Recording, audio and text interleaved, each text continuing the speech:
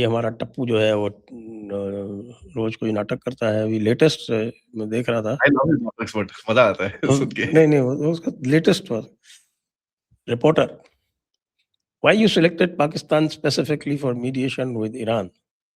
I Trump, like losers. I hang around with losers because it makes me feel better. I like people that like to listen to my success. यही तो बात है sir. This is why I like him. तो you just need to stay away from the guy, that's all.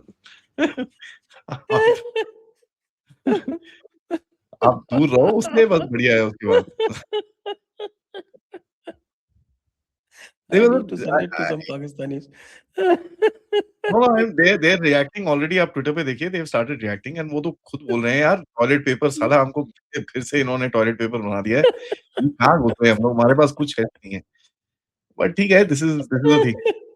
Trump is, you know, he is a guy. आप जो भी कह लीजिए, 5 बारी उसने मार्केट्स मैनिपुलेट करी। अब खैर मार्केट्स मैनिपुलेट नहीं होती उससे, बिकॉज़ यार you know you can be fooled once, twice, 3 times, 4 times, 5 times. Now markets move but for a very short period, 40-50 minute में वापस वहां पर आ जाती है। बट 5 बारी उसने ग्लोबल मार्केट्स को मैनिपुलेट किया पट्टे ने। ही मैनिपुलेटेड इट प्रीटी हार्ड। मैं अब एक चीज तो बिल्कुल क्लियर है कि no, there's been no president who's been more corrupt हाँ, and criminal than him. This is why I keep asking my self sir. देखिए ये एक सवाल है जो हमको सोचना पड़ेगा ये कि ये पूरे जो डेमोक्रेटिक सिस्टम है उसके ऊपर ही क्वेश्चन मार्क लगा देता है। यार आप दुनिया की सबसे ओल्डेस्ट डेमोक्रेसी बोलते हो अपने आप को, and you are so easily manipulated by a person. क्या, बट एक चीज आप यहाँ देखिए sir, not one Republican is standing up and saying that, not one Democrat is standing up and saying that. कोई नहीं बोलता इसके बारे में। And that to me is very curious कि यार ये क्या है, साला इतने पैसे बना रहा है, वो 5 बिलियन का वर्थ था, पूतनी का इज नाउ $20 बिलियन। कोई बोलने को तैयार नहीं है अमेरिका में कि यार ये करप्शन कर रहा है भाई। Everybody is happy. वो गालियां देते हैं इसको, डेमोक्रेट्स भर के गालियां देते हैं, but nobody talks about the fact कि साला ये तो अपने पैसे बना रहा है बीच में। Nobody seems to say anything. Iran के ऊपर उसका जो वॉर पावर्स एक्ट है, स्मूथली पास्ड। यार ये क्या है? There is just, that means कहीं ना कहीं एक यूनिटी है ऑफ थॉट प्रोसेस की भैया जो ये कर रहा है, ठीक है, पागल है, जो भी है, एक जो स्ट्रेटेजिक गोल है वो चलने दो। यहाँ पर आज सुबह नैट रॉथस्चाइल्ड का फिर से एक ट्वीट आया है। ठीक है, नैट रॉथस्चाइल्ड ने जब वेनेजुएला का ऑपरेशन किया था उस टाइम पे उसने ट्रम्प को थैंक यू बोला था। आज सुबह नैट रॉथस्चाइल्ड ने बोला है we are near the end. This is very weird sir.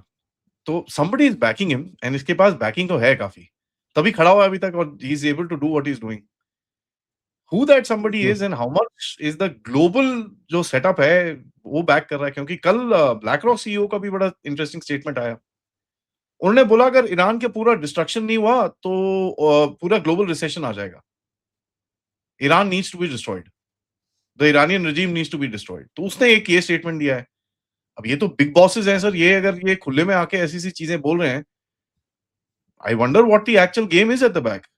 सो अभी तक जो मुझे दिखता है कि the guy is not losing support. हाँ, वो मीडिया में डा डू, एक तो उनके भी वो श्रिल लोगों को हमारी मीडिया भी लाके खड़ी हो गई है। डगलस मैकग्रेगर, स्कॉट रिटर, इन लोगों को भाई थोड़ा पता करो स्कॉट रिटर का क्या हिस्ट्री है, डगलस मैकग्रेगर का क्या हिस्ट्री है। He was the sec def. वो हमारे जो 3-4 लोग हैं ना जिनको राज्यसभा की सीट चाहिए होती है, रोते रहते हैं वो सेक डेफ का सीनियर एडवाइजर था sir.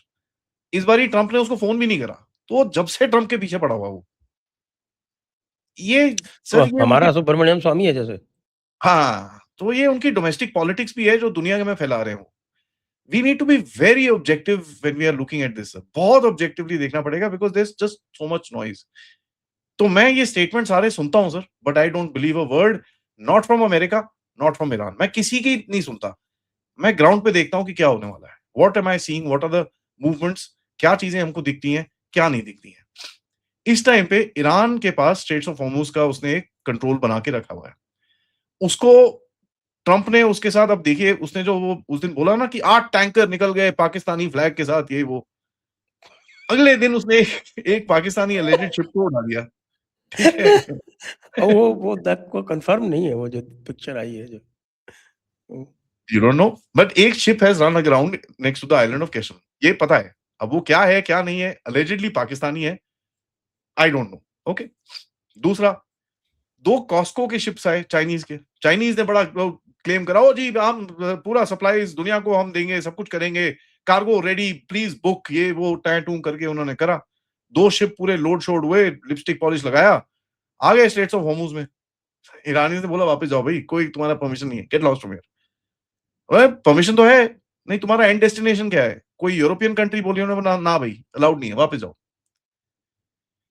So Iran today is a player that nobody can predict. अब यहाँ पर इंडिया का स्टेटमेंट आता है 2-3 दिन पहले मिनिस्ट्री ऑफ शिपिंग से कि भैया हमको कोई परमिशन की ज़रूरत नहीं है। We are not taking permission और हम अनक्लॉज़ इन्वोक करते हैं। तो अनक्लॉज़ के हिसाब से nobody can block, it's a free flowing way, और ईरान ने कुछ भी नहीं बोला यहाँ पर। It's very weird. We don't know exactly what is taking place. ये जो कन्वर्सेशंस पीछे चल रही है, क्या नहीं है, नो वन नोज़। अब देखिए ये भी जो है आपस में बातचीत तो कहीं तय हुआ होगा क्योंकि ये यूएनसीएलओएस जो है उसका स्टेटस क्या है आप भी जानते हैं और फिलीपींस ने यूएनसीएलओएस में China statement, who is also a member of UNCLOS उनसे जो है वो आर्बिट्रेशन जीता था। क्या हुआ? नहीं, नहीं, वो चाइना कहता स्टेटमेंट नहीं है मानते, ना, चाइना कहता स्टेटमेंट हम है। नहीं मानते। हाँ, नहीं मानते, ठीक है। नाउ होता क्या है, दिस इज़ अ स्टेटमेंट। आपने एक स्टेटमेंट दिया, ईरान ने मान लिया, ठीक है, तो आपके पास कुछ लेवरेज है उसके ऊपर। खाने-पीने का लेवरेज होगा। Iran is short of food, तो आपने वो एक एंगल दिखाया होगा, चल भई अच्छा ठीक है, तेरे को खाना भेज देंगे हम। चावल भेज तो देते हैं, चाबहार में हाँ, उतार देंगे। ठीक है, एलपीजी आया अभी आपका ईरान से, तो some give and take has happened there. यहाँ पर अगर आप वैसे देखो, भी ईरान का मैक्सिमम ऑयल तो is floating near Malaysia, lot of it is maximum being got by barrels. India by the way. अब ये यही मैंने पिछली बार आपके साथ डिस्कस करा था।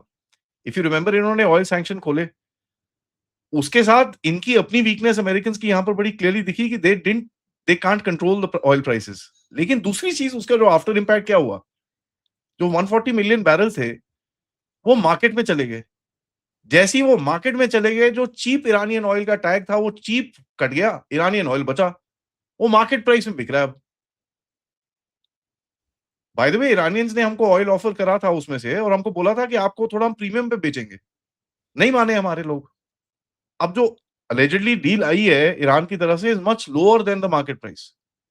तो यहाँ पर वो बोला जा रहा है, बट अंबानीज़ ने रिफ्यूज़ करा, नहीं, नहीं हम नहीं खरीद रहे कुछ भी अभी।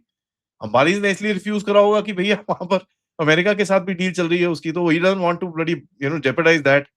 और वो वेनेजुएला पे फोकस है उसका, 4 मिलियन बैरल आपके पास वेनेजुएलन और आ रहा है। He has to be ready for that. तो यहाँ पर किसी ना किसी ने तो खरीदा होगा उसका, कि somebody would have bought Iranian oil. ये मार्केट फोर्स में आ गया।